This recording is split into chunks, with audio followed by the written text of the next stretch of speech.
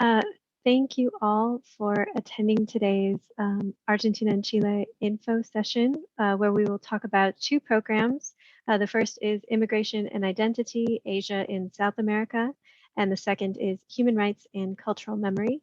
I'm Rachel Ogletree. I am an academic specialist for these programs at the UCEAP system-wide office. And we do have a lot of information packed into this presentation, so we'll move pretty quickly. Please feel free to take screenshots of any of the slides, and the presentation will be available on the UCEAP website afterwards.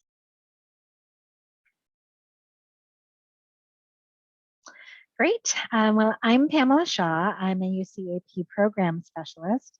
And today we're going to cover these topics in our info session. After our 20-minute approximately presentation, we'll open the floor to Q&A. And we're really very lucky to welcome our on-site staff from Santiago and Buenos Aires. So you'll have a chance to ask questions from our esteemed guests during the Q&A at the end. Hello and welcome to this session, and thank you for joining us today. I'm Cesar and I work at the UCEAP Study Center for Chile and Argentina, and that is based on Santiago, Chile.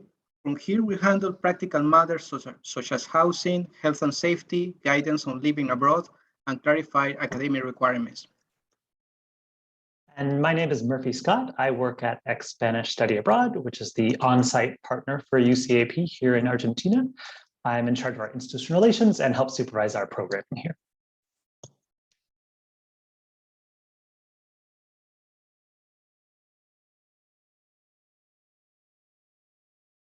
Let's begin with an overview of Chile and Santiago. Chile has been the ancestral home of multiple indigenous people. Even at some point in the 15th century, Santiago laid at the southeastern limit of Tahuantinsuyo, or Inca Empire. The Spanish colonial period started in 1541 with the founding of Santiago on a former indigenous settlement. In 1818, Chile gained its independence from the Spanish crown. In 1973, a military coup overthrew Chile's democratic government of Salvador Allende. The democracy returned in the 1990 when once again there was a democratically elected government. Chile is in the process of drafting a new constitution to replace the one inherited from the dictatorship. It is expected that the Constitutional Convention will lay the basis for a new development model that addresses economic inequalities. The metropolitan region of Santiago is home of more than 7 million inhabitants, or 40% of the country's population. It is a highly centralized country, as there are great disparities between the economic development of Santiago in comparison with other regions.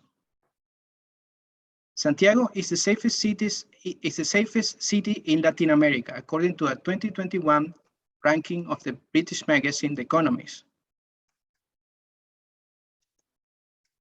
Here are some facts about Santiago. It is a diverse city.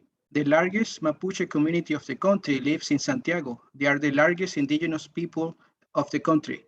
Additionally, it is home of important immigrants communities from Latin America and Caribbean countries. In Santiago, historically, more vulnerable communities have settled at the city's periphery, and more economic opportunities and higher standards of living have concentrated in the eastern and northeastern districts. Santiago offers great alternatives for outdoor activities, with huge natural areas such as the San Cristobal Metropolitan Park or Cajón del Maipo. Getting around Santiago is efficient and safe thanks to its modern and vast metro system, complemented with a large fleet of superficial buses. So now a bit about Argentina and Buenos Aires. Argentina is internationally known for tango, soccer, meat, wine, and mate, which is a loose leaf tea.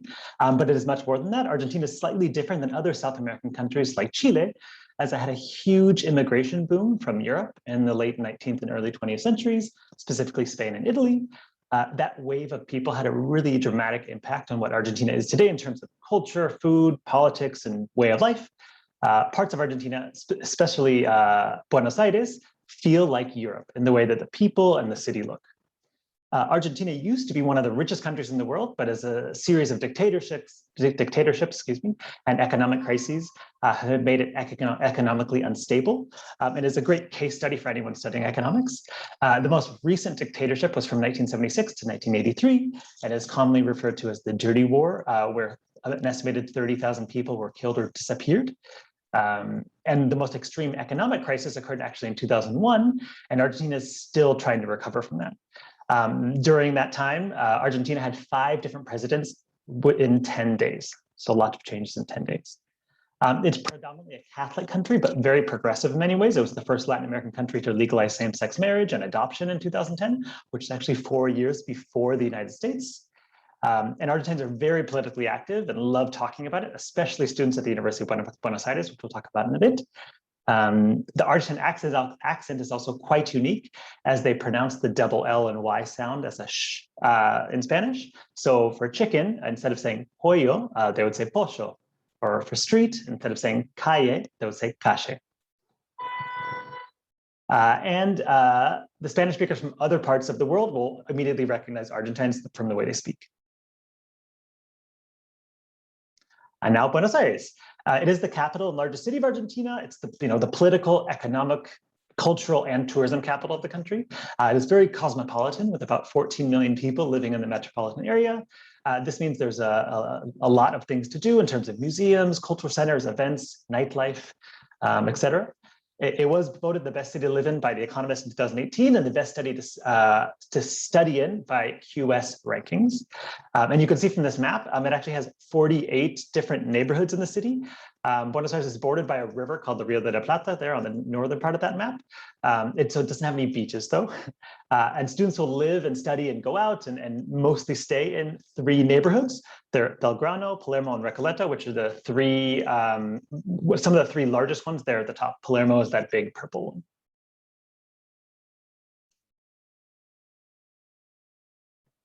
So local support and resources.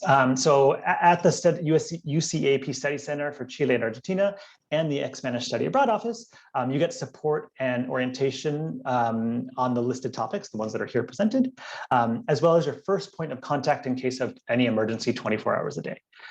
We celebrate diversity here at UC and commit that our services and activities uphold the principles of equity and inclusiveness. And the UCAP Study Center has an accumulated experience of more than 27 years in Chile, and Spanish has been supporting the UCAP program here in Argentina for the last 12 years. Okay, what is the COVID situation in Chile and Argentina? Well, Argentina and Chile have rolled out successful vaccination campaigns. Chile has vaccinated 75% of its population and Argentina 56%. Both countries have applied lockdown measures for containing COVID-19 outbreaks. In recent months, there is a return to normalcy with shops, more shops, business and work sites once again open to the public. Additionally, in recent months, the country's borders have reopened to foreign visitors.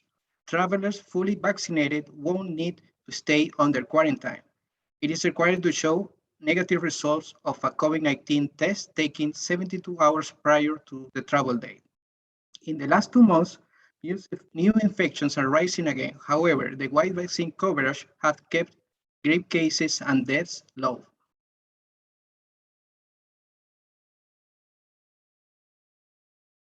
The Human Rights and Cultural Memory Program. Learn about the history of past military dictatorships that took hold of Argentina and Chile in the 1970s and late 1980s. Reflect how these states used terror policies against its own population. The program courses show how the collective memory plays an instrumental role in defining historical narratives. Making the voices of victims heard is a condition for preventing human rights abuses ever happening again. The program usually begins in August and ends at the end of November. In Buenos Aires, you will have an intensive 1-week Spanish course focused on essential grammar and vocabulary related to social sciences. Students stay in Buenos Aires and Santiago for about 6 weeks in each city. After completing the portion of classes at Buenos Aires, there is a break period that some students use to travel and others to arrive early in Santiago. You will stay with host families living in lovely neighborhoods of Buenos Aires and Santiago, conveniently connected to metro and public buses. They are homesteads with years of experience housing University of California students. They will take care of providing meals and maintaining living spaces clean and comfortable, while you focus on studying and knowing wonderful new places.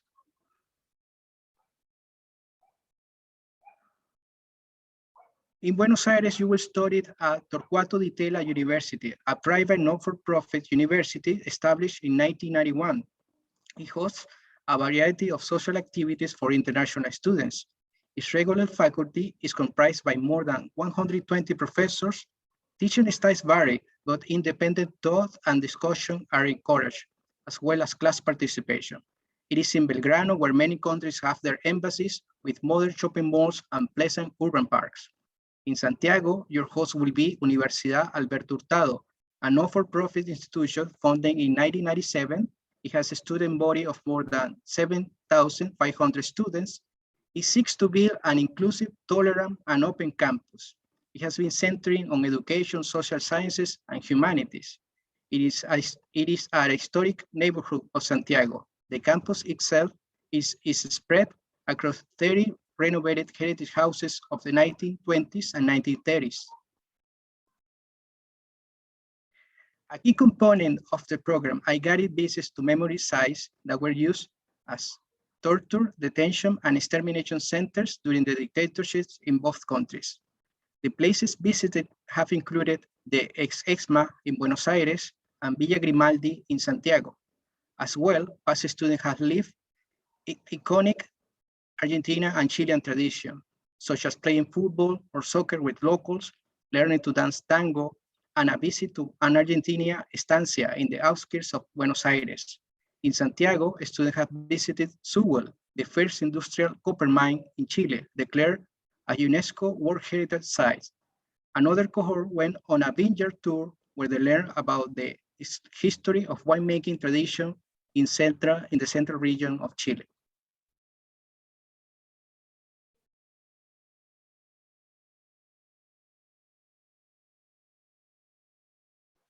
So now about the Immigration and Identity Program.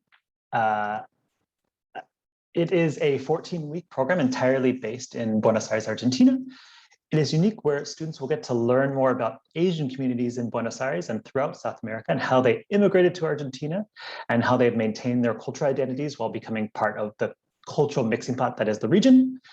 Students will take classes both at the Spanish Study Center, as well as the University of Buenos Aires, which we'll go over in a moment.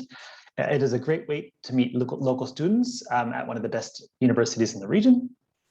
During the program, we'll have on-site staff to help with orientation, housing, advice, and supervised program activities. And students, just like Chile, will live with host families and get breakfast and dinner every day. It's the best way to be immersed in local culture. And Argentines, like I said earlier, are very politically active and social people and have long meals with sobremesa or post-eating chat time. And topics can include anything from politics to human rights, pop culture, soccer, football. There's no topic that is considered inappropriate at the dinner table here, which is quite fun. So the host university in Argentina is the University of Buenos Aires, or UBA. It is a public research university established in 1821. It has 350,000 undergraduate students, and it's very diverse, and the student body is very diverse and politically engaged. It is one of the most prestigious universities in Latin America. It was ranked number 69 on the QS World University Ranking, making UBA the highest ranked university in Latin America. The university has 13 independent faculties or schools in different campuses throughout the city. The program is actually held at the School of Social Sciences, or Ciencias Sociales. We are very happy to be working with them because it's a great fit for the program. So this is, you can see the courses for the program here. Students will take 5 separate courses. One is a week-long intensive Spanish course at Spanish, followed by 4 courses at UBA. Topics include immigration, national identity, gender, politics, and economic relations. And courses divided into 2 modules of 6 weeks. So students will take 2 courses per module. There is a 1-week break in the middle, which allows students to relax, travel, see other parts of Argentina as they want. And one amazing part of the program is that the courses at UBA, or University of Buenos Aires, are open to local Argentine students. So you'll actually take classes in English with local Argentines. So site visits and cultural activities of the program. As part of the course, students will participate in different academic site visits in the city, including the Immigration Museum, a Buddhist Korean temple, and even get to take a martial arts class at a community center. We also organize different cultural activities like tango classes, wine tastings, playing soccer with locals. They're a great way to get out of the classroom and see firsthand different cultural aspects of the city that are not always easy to do on your own. Okay, let's talk about who are these programs for. Well, the Human Rights and Cultural Memory Program allows you to deepen your understanding of the construct of human rights and its relation to social justice, poverty, development, and cultural representations, and also to reflect on what historical memory is and its relevance in the search for justice and how has it been represented in the works of local artists and scholars. Learn about interdisciplinary methods scholars use to study complex social and cultural realities, and feel the excitement of connecting more deeply with the culture and ways of life of Buenos Aires and Santiago. In the classroom and on the streets, practice using your Spanish as you use it in daily life communication with local folks. And the Immigration and Identity program has direct academic ties to Asian, ethnic, and Latin American studies, as well as economics, political science, and social sciences. It is multidisciplinary, so it allows students from many different majors to benefit. The program is also a great way to experience public education in Latin America. Public education in Argentina is very high quality and one of the most important cornerstones of its constitution. It's 100% free. So UBA is a great reflection of this and has students from all walks of life. The program also covers not just Argentina, but as well Latin America. So it's perfect for those who are interested in Latin America as a whole and not just Argentina. Thank you, Cesar and Murphy. So what are some of the benefits of UCEAP? Well, our programs are designed specifically for UCEAP students. And with hundreds of options available, you will find the perfect study abroad program to suit your needs. And while on UCEAP, you remain enrolled in your UC campus, which means you do not need to take a leave of absence during your study abroad program, and your financial aid goes with you, which is great. And additionally, you are guaranteed that all of the courses you take abroad will receive UC credit.